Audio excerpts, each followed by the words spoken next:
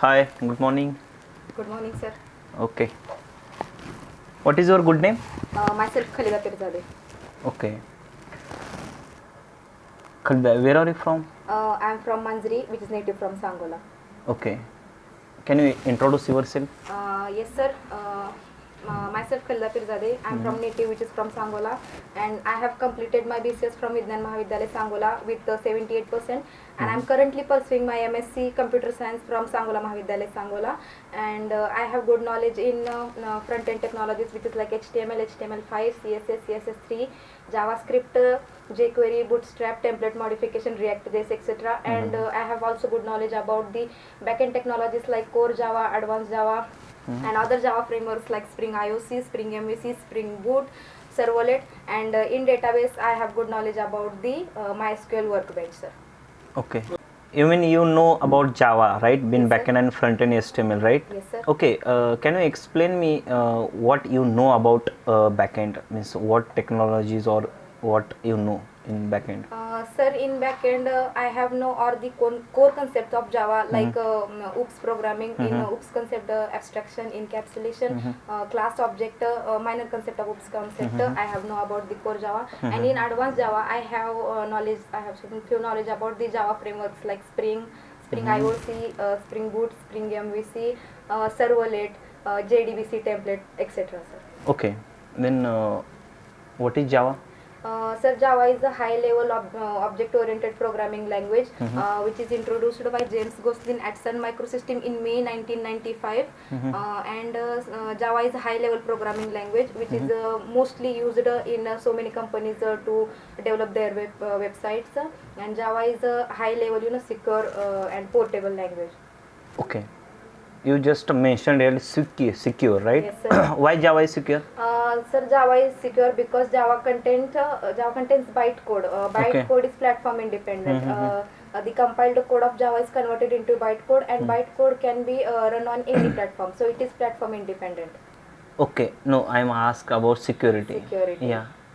Yeah, you tell me independent. Why? Yes. Yeah, it's good. But okay, then fine. Can you explain me, right? What are the features of Java? Yes, sir. Java is a simple language. Basically, we all know that Java is based on C and C++. So the syntax of Java is similarly matching to C and C++, which is easy to learn, easy to understand. The code of Java is reusable. We can reusable the code of Java, as well as Java is robust, robust as well as platform independent. Java is secure, easy to learn, multi-threaded, and portable language. It means the code of Java we can transfer it on other machine also. These are the features of Java. Okay, you mentioned object oriented, right? Yes, sir. Yeah. Then what is class and object?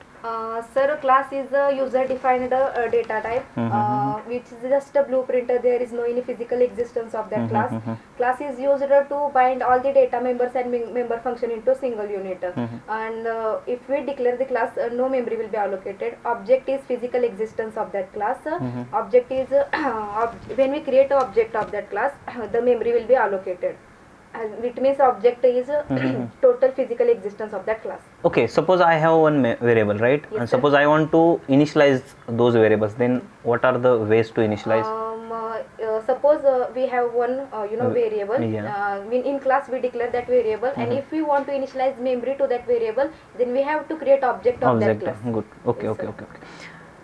Okay, what is the use of constructor? Constructor, sir, used to initialize the value to the member functions. Okay, but which member, static or non-static? The constructor is used to allocate the memory to the static member function. When we create a non-static member function, Okay, when we create object of that class, the constructor will automatically call. Okay.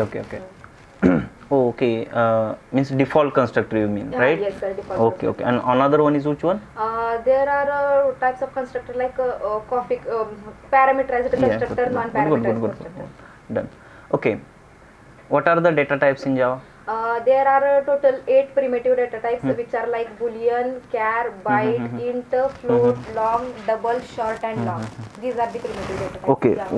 Okay. When we use int data type? If we want to assign the value in numerical format, like Okay. non-decimal, Yes, okay. And decimal, for decimal? float or double we can use. Okay, good. Okay, good. Can we store integer value into float Yes sir, we can store. and float value into integer? Yes, we can store, but the decimal points are removed. Removed. Okay, means we are responsible for that. Responsible for that. Yes, sir. means explicitly we need to convert, means Convert, typecast those things. typecast, Okay, good, yes. good. Okay, what do you know about access specifiers? Sir, there are And how many access specifiers? Okay, sir. There are four main access specifier which are like public, protected, default, and private. The public access specifiers, the visibility of public access specifiers is everywhere, like within the class, outside the class, within the package, and outside the package. The visibility of protected access specifier is like within the package and outside the package, which have child class. If there in outside package there is no child class, we cannot access that another package. So it must there is child class in another package. Okay. In default modifier, the accessibility of that default model is within the package, not outside the package. It's just within the package. And in private model, we can access the data within the class. No, does not outside the class or any, just within the class. Okay, but suppose I want to access private members from outside. Sir, we can access it by using getter setter method. Okay. So the getter method is used to initialize the value, and the setter method is used to show that values. Okay. Do you have any idea about OOPS concept and all those? Yes sir, I have idea about OOPS concept. The OOPS concept are like encapsulation, abstraction, data hiding, polymorphism. Class and object are also part of OOPS concept. Yeah. Yes sir. Okay. Data hiding means what? Data hiding means providing internal implementation and hiding internal implementation and provide it only when they provide the proper authentication. Okay. And abstraction means we hide the data from and only provide services to service outside good from users. outside. Okay, Yes. good. Okay. Types of polymorphism. Types polymorphism are like compile time polymorphism and runtime polymorphism. Okay. In the compile time polymorphism, the method resolution takes place at compile time. In runtime polymorphism, the method resolution takes place at compile time. Okay. What is overriding? Overriding means one method is overrided in another method to reuse it, reload its properties. Okay. You mean suppose any child class is not satisfied With the parent okay, class property. then he will be redefine this method Yes. into child class. Okay. Yes sir.